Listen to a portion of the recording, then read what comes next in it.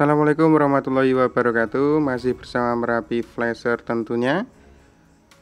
Langsung saja, kali ini saya kedatangan MDG6 Xiaomi Redmi Note 5A. Saya sering sekali dapat handphone Xiaomi Redmi Note 5A ini datang dalam posisi dia mati total atau matot.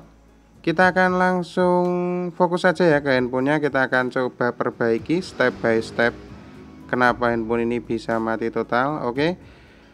Ini masih segel di bagian bawah, namun di bagian atas segelnya sudah terbuka.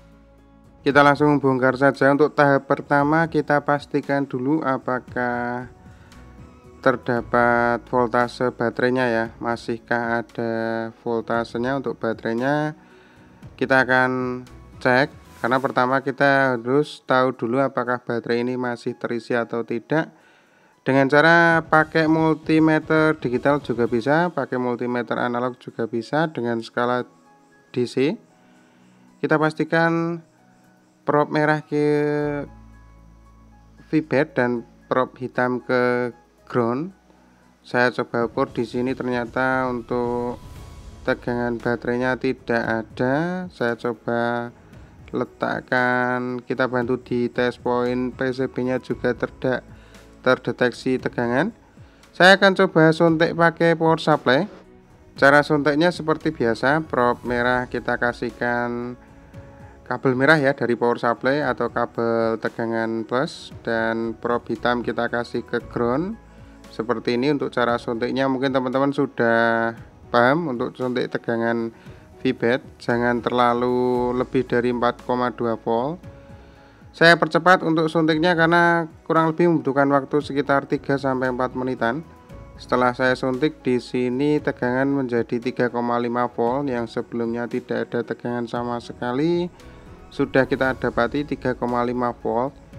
Untuk langkah kedua kita akan coba cek short atau tidaknya di mesin ya, di PCB-nya. Dengan probe merah kita hubungkan ke VBAT dan probe hitam kita hubungkan ke ground. Kita tukarkan, harus tidak bergerak seperti ini. Jadi probe kita tukarkan tidak bergerak. Probe kita coba cek salah satu sisinya harus ada hambatannya, berarti ini bisa dipastikan handphone tidak short. Langkah selanjutnya kita butuh tegangan charger 5,1 volt. Kita akan coba charger tanpa baterai terlebih dahulu untuk memastikan apakah IC cas atau IC powernya masih bekerja. Untuk kuat arus tanpa baterai di sini normal. Kita akan coba hubungkan pakai baterai, ada setengah ampere ya, kurang lebih 0,46. Berarti ini bisa kita pastikan IC power dan IC casnya masih bekerja, namun handphone tidak menunjukkan kehidupan. Saya coba tekan tombol power juga tidak ada respon sama sekali. Untuk indikator grafik charger juga tidak muncul. Jadi bisa kita pastikan ini semua syarat untuk hidup sudah ada. Baterai aman, handphone tidak short, charger pun aman. Kita akan coba lari ke bagian software. Kali ini kita akan coba cek di bagian software. Kita buka UEFI Android Toolbox-nya, klik kanan Run as Administrator. Seperti biasa kita tunggu untuk UEFI Android Toolbox-nya terbuka. Kita akan coba identify dulu apakah Redmi Note 5A ini terhubung ke UEFI box-nya ataukah bermasalah. Jadi kita akan coba masuk ke download mode 9008 dengan cara menghubungkan kedua titik touch point ini disertai tombol power.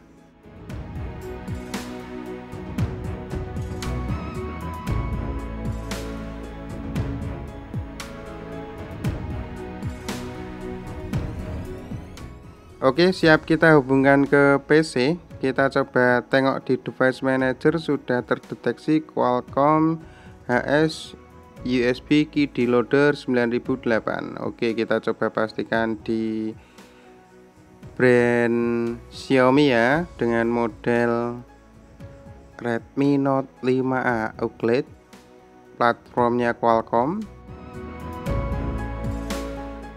Kita identify device terlebih dahulu. Kita masukkan untuk firmware-nya glid ini kita masukkan, kita identify device. Kita akan coba cek apakah berapa MIUI yang tertera di eMMC-nya. Ini anehnya di sini firmware-nya tidak diketahui, namun untuk eMMC-nya terdeteksi. Ini pakai Samsung KMQ-E, tapi untuk firmware-nya tidak kita ketahui. Saya akan coba hubungkan ke test point lagi ya. Kita akan langsung fokus ke flashingnya.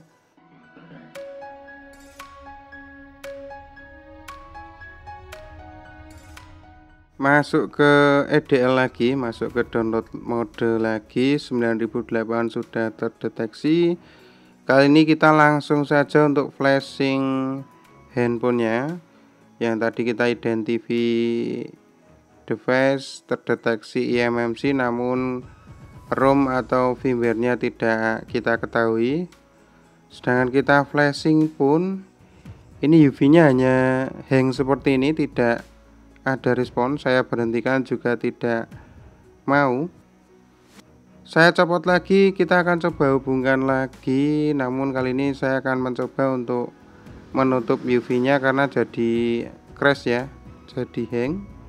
Kita buka lagi run as administrator, kita tunggu hingga UV-nya terbuka kembali. Saya akan coba lagi untuk koneksikan ke EDL mode. Bisa kita pastikan apakah flashingnya berjalan atau tidak. Kita akan coba sekali lagi. Masuk ke brand Xiaomi lagi, kita pilih model Redmi Note 5A Glide. Kita masukkan firmware-nya dan siap kita flashing. Yang tadi kita flashing gagal, kali ini kita akan coba flashing ulang kembali. Apakah berhasil berjalan atau tidak, kita akan coba. Kita tunggu. Oke, untuk primary GPT sudah masuk, namun flashing tahap kedua gagal di tengah jalan. Berarti bisa kita pastikan ini ada kerusakan ini di bagian eMMC-nya. Jadi saya rasa untuk eMMC-nya agak lumayan sakit, tapi tidak mati karena sudah terdeteksi ya. Mungkin koneksinya kurang pas atau gimana, kita akan coba bongkar saja.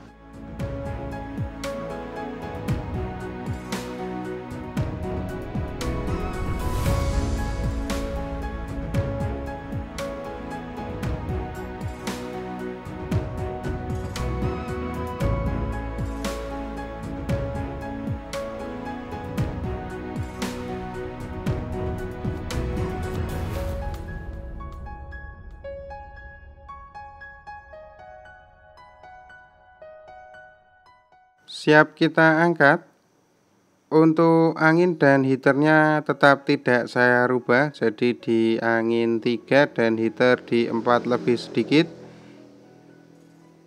Kita akan coba cek eMMC terlebih dahulu sebelum melangkah ke yang lain, karena ini saya rasa di bagian eMMC nya bermasalah.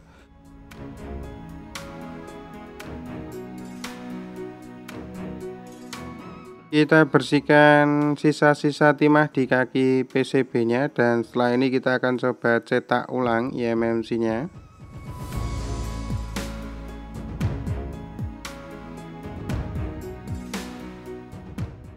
Saya rasa ini bekas terangkat karena ada sisa-sisa timah di samping pin eMMC-nya yang seharusnya tidak terkena timah, namun di sini dia terkena timah. Jadi kemungkinan besar ini sudah pernah diangkat. Namun tidak masalah, kita akan coba cek saja di bagian eMMC-nya. Jadi tidak saya gantikan dulu. Kita akan cek dulu apakah eMMC-nya masih sehat atau tidak. Kita lakukan reball atau kita cetak ulang untuk memastikan nanti koneksi di UV eMMC toolbox-nya. Dan setelah kita coba pastikan kesehatan eMMC-nya, bisa kita pasang ulang kembali.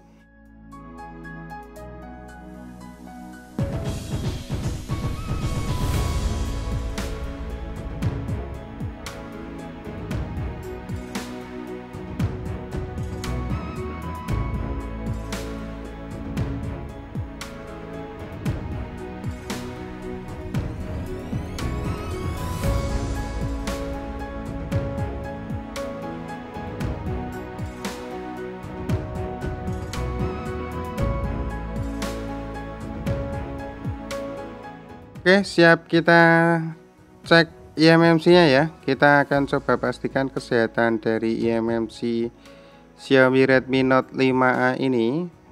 Kita buka UV eMMC toolbox-nya, biarkan UV eMMC-nya ini bekerja. Kita identify eMMC. Saya akan coba memastikan apakah benar sehat atau tidaknya eMMC ini. Di sini ROM-nya sudah terdeteksi Xiaomi Redmi Note 5A. Kita coba cek kesehatannya. Oh, ini masih aman 30-40%. Tapi kenapa tadi tidak terdeteksi ROM-nya atau firmware-nya? Kita akan coba non-test apakah terjadi rapot merah. Non-test juga masih aman. Cek user partisi ya. Saya akan coba backup user partisinya. Apakah proses read atau membaca ini bermasalah? Kita akan coba. Saya coba klik read dan ternyata tidak ada masalah sama sekali. Jadi kemungkinan ini eMMC-nya masih sehat. Ini user partnya sudah saya backup. Berarti untuk proses baca dan tulisnya aman, namun eMMC-nya tidak kita dapati respon ya tadi di flashingnya. Sedangkan setelah saya angkat ini aman, dia eMMC-nya aman. Coba saya factory reset di bagian user partnya. Apakah setelah factory reset ini ada kegagalan atau tidak? Ayo ya, ini ada file, ada masalah. Saya identify ulang lagi. Dari tadi saya dapati hanya 1 bit, 4 bit, tidak pernah 8 bit, kadang-kadang 8 bit. Saya coba erase ya, akan coba saya hapus semuanya. Apakah ada masalah di penghapusan ini? Kita akan coba tunggu.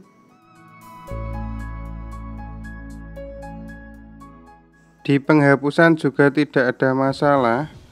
Kita akan coba non-test kembali apakah ada masalah atau tidaknya. Kita coba.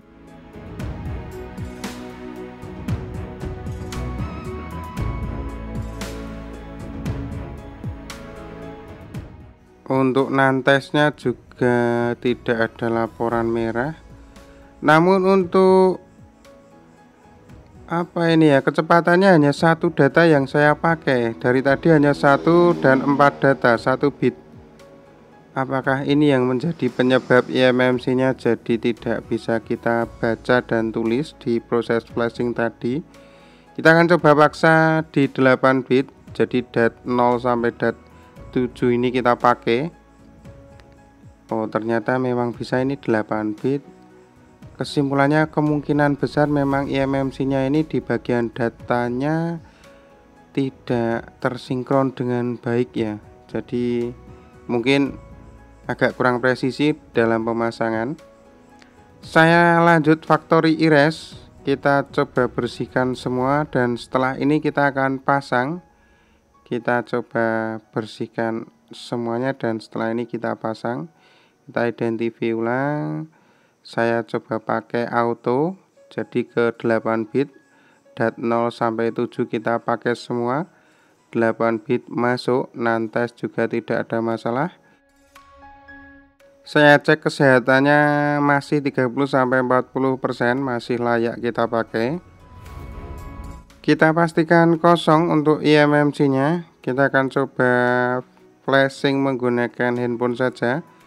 Jadi kita bisa pastikan nih ya, device is not boot enable default. Siap kita pasang.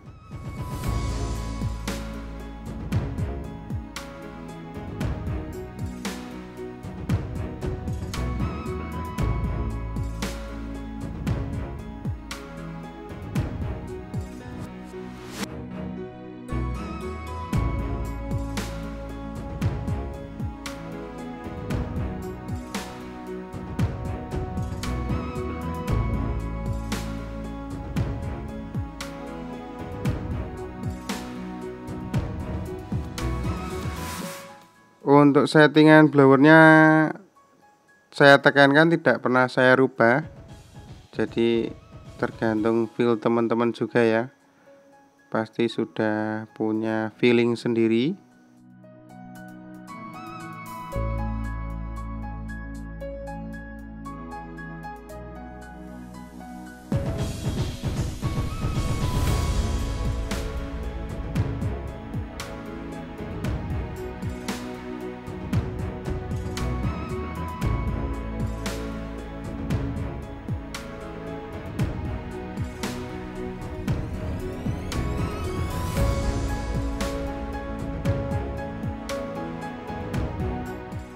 Kita dinginkan dan setelah ini kita akan rakit, setelahnya langsung kita flash ulang. Masih menggunakan eMMC yang sebelumnya kita pasang, jadi saya tidak gantikan KMQE yang sebelum proses angkat eMMC nya, proses flashingnya terhenti di tengah jalan. Setelah kita angkat cetak eMMC nya dan kita hapus semua partisi, kita akan coba pastikan proses flashingnya kali ini, karena tidak perlu masuk ke EDL mode lagi ya, sudah bisa kita pastikan untuk partisinya memang sudah terhapus semua. Yang tadi kita proses writing di bagian modem ini bermasalah, kita akan lakukan yang kedua kalinya. Jadi apakah masih ada problem atau tidaknya, kita akan coba tunggu. Oke, proses flashingnya berjalan lancar, jadi kemungkinan besar permasalahan ini karena DAT 0 sampai DAT 7 ada salah satu yang tidak terhubung sempurna. Jadi kemungkinan besar flashing gagal karena DAT 0 sampai 7 tidak digunakan semua. Seperti itu. Proses flashing saya percepat sampai kita jumpai ke menu ya handphonenya. Kita akan bantu dengan charger. Kita tunggu hingga handphonenya masuk ke menu karena masih banyak PR. Setelah kita hapus semua data di eMMC nya dan kita flashing ulang, saya coba hubungkan ke charger dan baterainya pun sudah habis. Coba saya charger, setelah 2 jam kita coba hidupkan, apakah ada problem atau tidaknya, kita tunggu.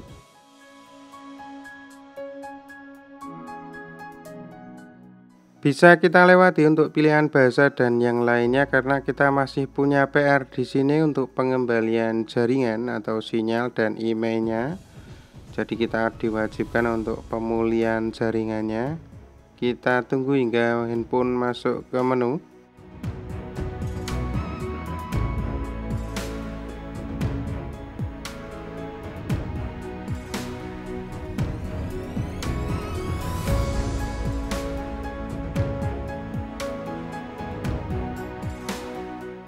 Kita akan coba cek email bintang pagar 06 pagar, apakah kita dapat email. Seharusnya tidak kita dapati, ya tidak kita peroleh email ya, karena memang belum saya pulihkan untuk step setelah penghapusan total.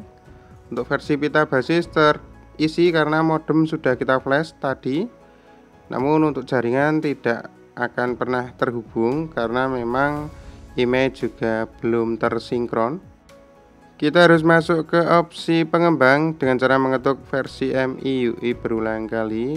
Masuk ke setelan tambahan, opsi pengembang kita coba buka ya. Untuk buka kunci OEM juga kita buka, USB debugging kita aktifkan. Setelah ini kita akan masuk ke software, kita akan hubungkan ke UV Android Toolbox-nya. Klik kanan Run as Administrator, tunggu hingga UV-nya bekerja. Setelahnya kita diwajibkan untuk restore KCN dan email. Email yang ada di belakang ini ya. Di bagian penguat akhir itu ada email terdeteksi atau di back covernya. Kita akan sinkronkan KCN dan emailnya setelah ini. Kita coba hubungkan handphonenya ke PC sekarang. Kita akan deteksi apakah handphone ini sudah terhubung dengan baik. Oke, sudah terhubung. Kita masuk ke ADB mode identify device. Sudah kita ketahui untuk ROM-nya, untuk firmware-nya sudah terdeteksi. eMMC-nya KMQE sudah terdeteksi juga.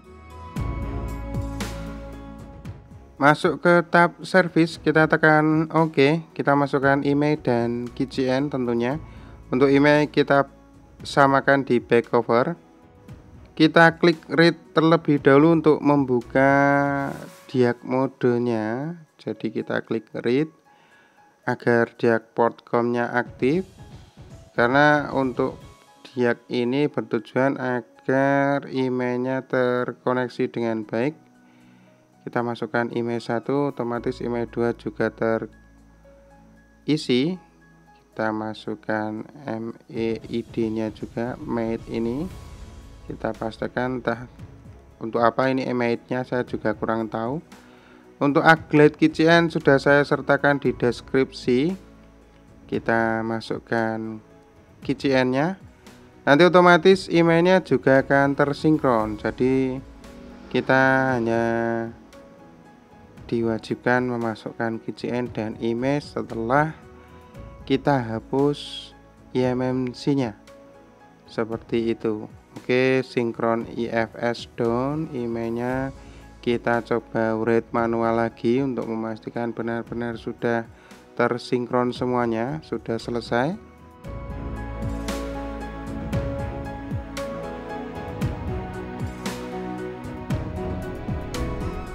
Kita reboot ulang. Setelah ini handphone akan reboot dan kita akan cek di bagian emailnya tentunya.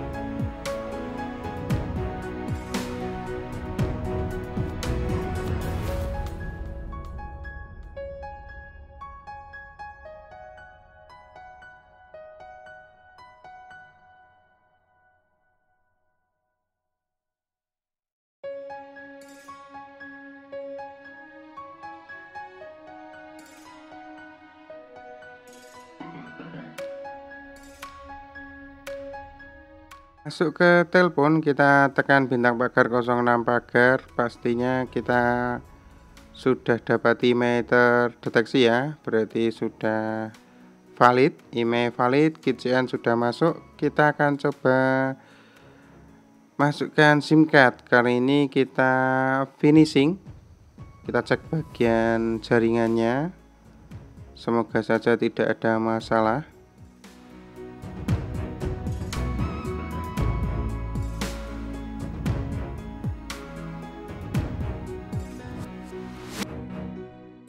Kita tunggu hingga handphone ini terdeteksi jaringan ya. Untuk kabel antena juga sudah masuk. Kita akan coba cek di bagian versi pita basis aman, email juga aman, namun jaringannya belum terdeteksi. Kita tunggu hingga muncul jaringannya. Kita cek tipe jaringan prioritas aman juga. 3G LTE juga sudah masuk. Kita coba otomatis pilih jaringan, kita akan cek apakah kita dapati. Oke, kita tunggu. Ternyata sudah kita dapati, ternyata SIM 1 pilih jaringan otomatis sudah masuk. Kita dapati 4G untuk SIM 1. Kita coba panggil layanan operator.